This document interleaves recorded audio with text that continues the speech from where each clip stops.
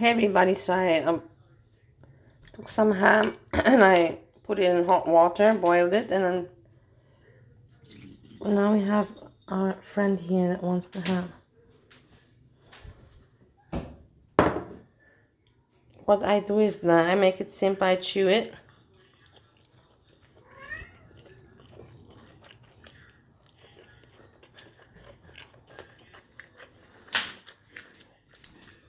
And then I put it in the bowl. Because this doesn't make you don't have to use cutting, dirty the knife, and let's see if the cat is happy.